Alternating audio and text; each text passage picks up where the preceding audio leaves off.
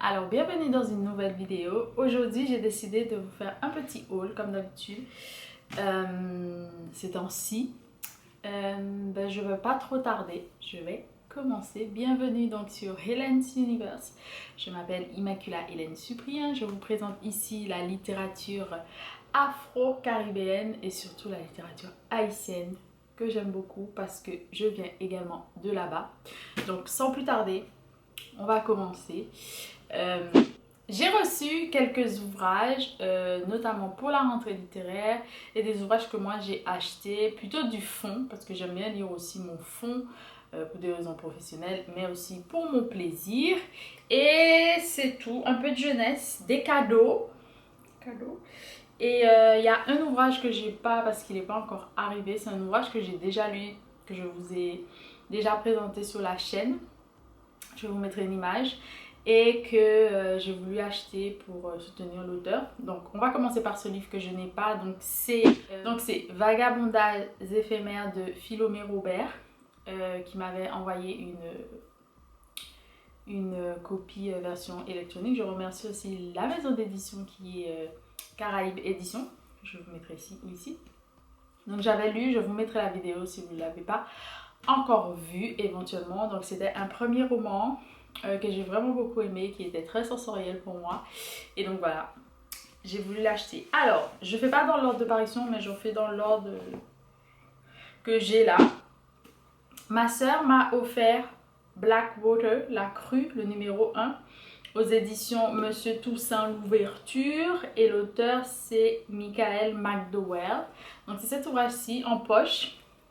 Pourquoi? Parce qu'il est beau et j'ai voulu le lire parce que l'histoire est intéressante, que je vais vous lire. Je vais vous lire le 4e de couverture aujourd'hui parce que pourquoi pas. Alors que les flots sombres et menaçants de la rivière submergent Perdido, une petite ville du sud de l'Alabama, les Casquilles, une riche famille de propriétaires, doivent faire face aux innombrables dégâts provoqués par la crue. Menée par Marie-Love, la puissante matriarche, et par Oscar, son fils dévoué, le clan s'apprête à se relever, mais c'est compté sans l'apparition aussi soudaine que mystérieuse d'Elinor Damea, je pense, jeune femme séduisante au passé trouble dont le seul dessein semble être de s'immiscer au cœur de la famille Casquille. Donc voilà, il a 8,40 € et il est trop beau, donc j'ai envie de les avoir parce qu'ils sont beaux, pour être sincère. Et l'histoire m'intéresse un peu, vraiment parce qu'ils sont vraiment beaux, je trouve ça beau, et parce que j'ai un seul ouvrage de Toussaint Louverture, et là c'est mon deuxième. Et j'adore le nom de la maison d'édition parce que, voilà, pour mon histoire d'Haïti, je lis pas tous deux. Blackwater. Merci à ma soeur. Ensuite, j'ai reçu la ligne de couleurs d'Idjeba Skego aux éditions d'Alva. Je remercie beaucoup les éditions d'Alva parce qu'ils ont plein de livres intéressants. L'année dernière, il y avait 2 ouvrages de la rentrée littéraire que je voulais lire, que je n'ai pas lu. C'est une maison d'édition très jeune, je vous en parle. Je vous ai déjà parlé d'eux peut-être pour la rentrée littéraire. Si vous n'avez pas encore vu cette vidéo, je vous la mets ici. Alors ici, pourquoi je lis cet ouvrage et que j'ai envie de le lire? Pour découvrir déjà ce que fait la maison d'édition. C'est une maison d'édition qui est très jeune, je crois qu'ils ont commencé leur aventure en 2021. Ce sont principalement des femmes, et ici, Haïti est quelque peu évoqué. Donc c'est pour ça que j'ai voulu lire cet ouvrage, et je remercie vraiment cette dame qui m'a fait l'honneur de recevoir l'ouvrage aux éditions d'Alva. Et j'aime bien leur charte graphique également. Donc l'auteur est né à Rome en 1974 de parents somaliens et réfugiés en Italie à la suite d'un coup d'état, et elle est l'autrice de récits et de 3 romans déjà traduits en plusieurs langues. Donc La ligne de couleurs, c'est le premier roman qui a été traduit en français. Alors, 4e de couverture, c'est parti. 1887, un homme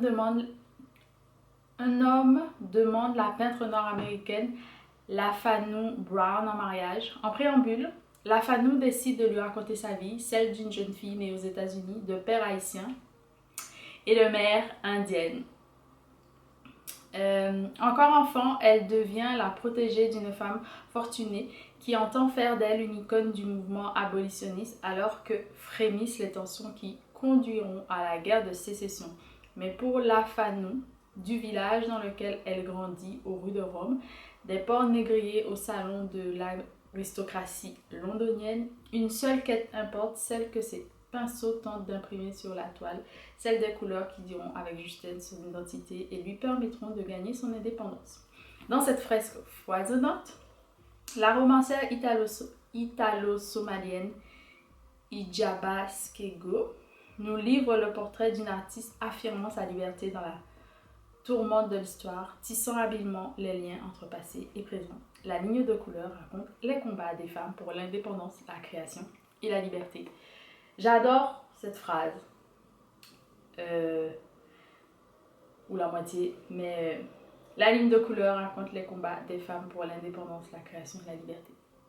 Je me retrouve dans cela parce que, je sais pas, mais c'est comme ça. Je pense que c'est avec mon histoire et tout aussi, et parce que le père est haïtien, il faut absolument que je le lise. Je pense que après ma lecture de maintenant, après ma lecture du moment, je vais lire ceci. Il sort le 1er septembre, il me semble, si je ne me trompe pas.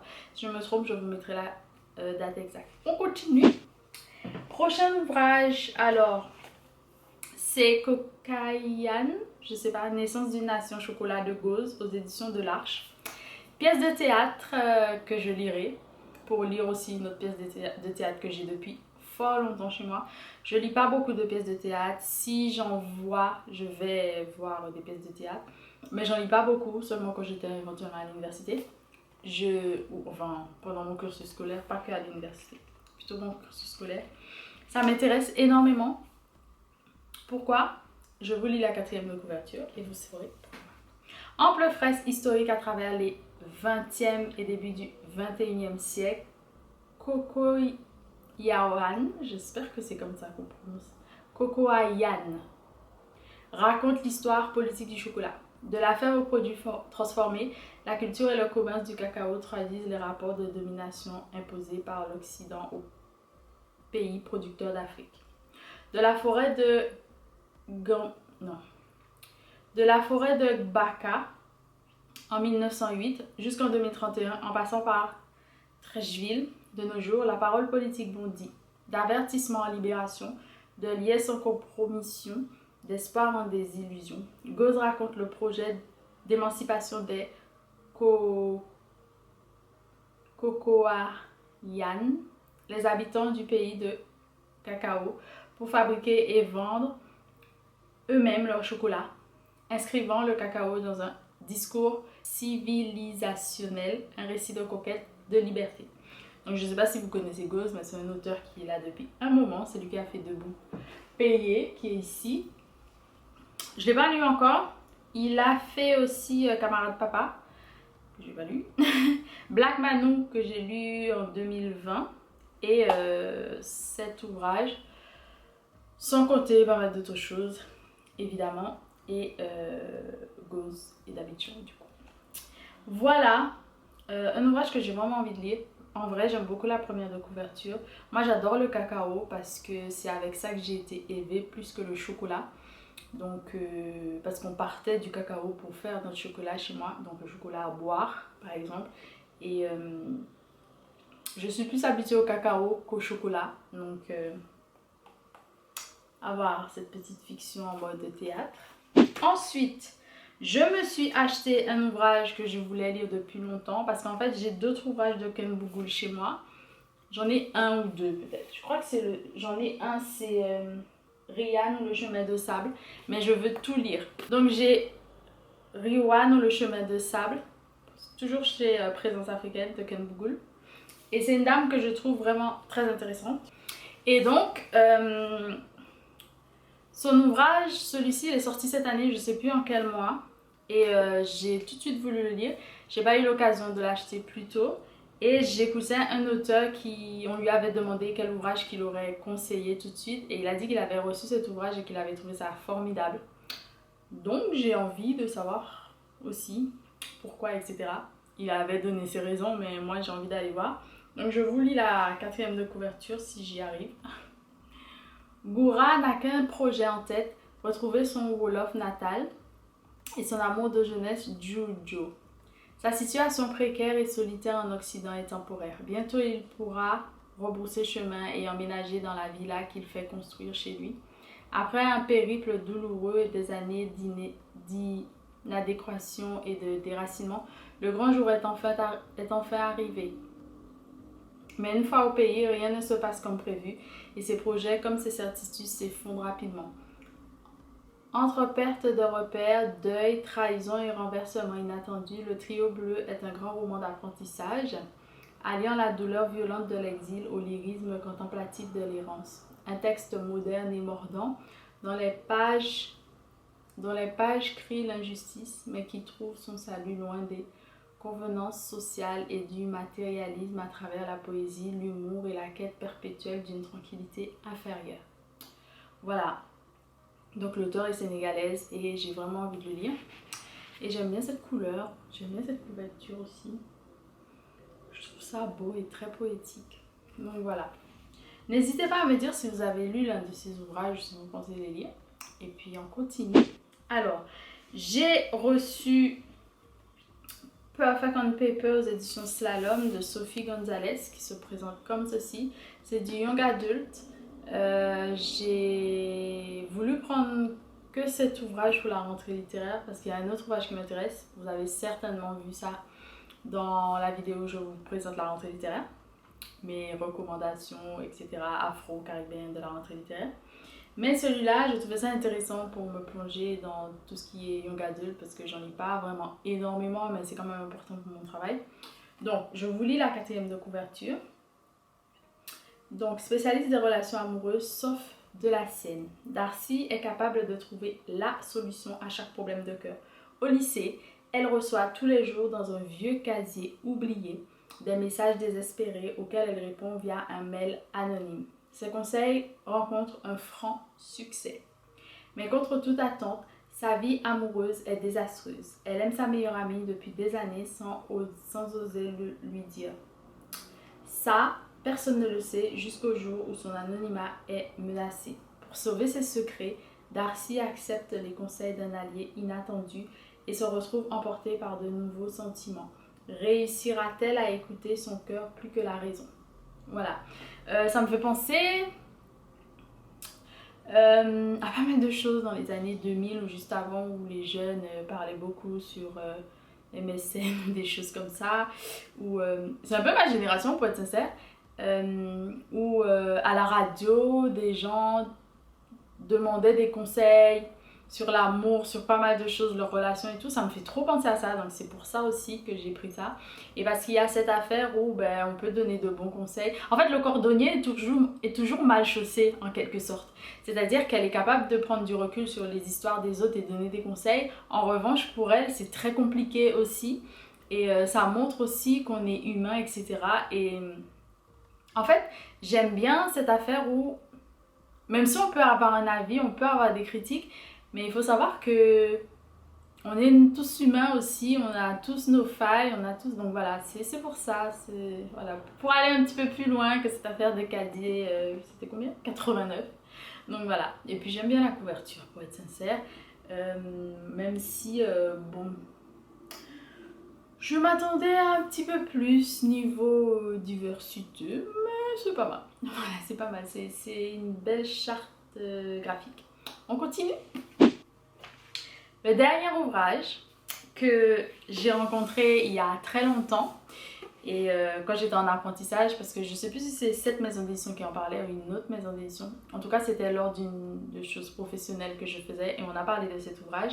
Et on parlait de tout ce qui était les prix maudits, les auteurs qui avaient des prix et qui étaient maudits parce qu'ils disparaissaient, parce qu'ils n'avaient plus de prix, parce qu'ils les écrivaient plus, parce que. Et cet ouvrage est devenu très en vogue depuis que La plus secrète mémoire des hommes a eu donc le concours, parce que c'est inspiré aussi de cela. Donc je vous en ai déjà parlé quand je parlais de La plus secrète mémoire des hommes de Mohamed Mbougar Sarr. Et c'est Le devoir de violence de Yambo Wologen aux éditions Seuil. Alors j'aime beaucoup les éditions Seuil pour être sincère avec vous, parce que j'ai remarqué, ça viendra dans une autre vidéo vlog je pense, où je vais vous montrer un peu certaines choses. Et j'ai remarqué que je lisais beaucoup les éditions Seuil quand même, que ce soit en poche, donc point, que ce soit en grand format. Et je trouve que je lis beaucoup le cadre rouge. Donc c'est une collection, par exemple, il y a autre chose qui... Et par exemple, c'est un cadre vert, mais ça se fait pas comme ça. Mais c'est plutôt pour les ouvrages... comment on dit de langue portugaise ou de langue espagnole en fait. Donc lusophone, voilà, c'est le mot que je cherchais, ou hispanophone, on va dire en quelque sorte. Donc, pour revenir à Wombo Woologan, depuis l'écriture de cet ouvrage, et qu'on ait raconté que c'était un plagiat, et que c'était aussi un auteur noir, qui vient du Mali, il me semble, oui, qui vient du Mali, et j'ai parlé à plusieurs reprises de cet ouvrage, parce que quand j'ai eu cette réunion et qu'on a parlé de ça, etc., j'en ai parlé à une autre fille que j'avais rencontrée qui était du Mali, et j'en ai reparlé encore à quelqu'un d'autre dans mon entourage, et cet ouvrage m'a beaucoup hantée.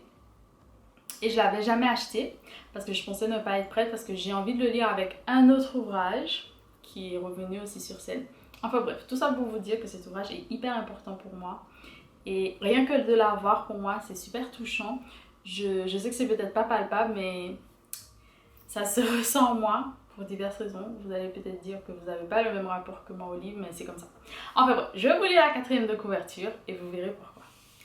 Foisonnante et tragique fresque s'étendant du XVIIIe au XXe siècle, le devoir de violence raconte le destin de l'empire imaginaire de Nakem et de la dynastie des Saïf, qui règne en maître Rotor. À travers elle, c'est l'histoire méconnue de l'Afrique qui nous est livrée de l'intérieur. Violence, assassinat, ruse, compromission des notables dans la traite des esclaves. Pour la première fois, un auteur africain ne s'était dit rien dans le portrait séculaire de son continent. Pas plus qu'il ne se réfère dans ses registres de l'ironie mordante à l'érotisme débridé. En face, l'Europe et son système colonial, déconstruit autant que rayé, ne sont pas épargnés. Le récit se prolonge par l'errance poignante de Raymond Spartacus Kasumi, fils de Serre. Paru en 1968, ce roman remportera le premier prix Renaudot attribué à un Africain.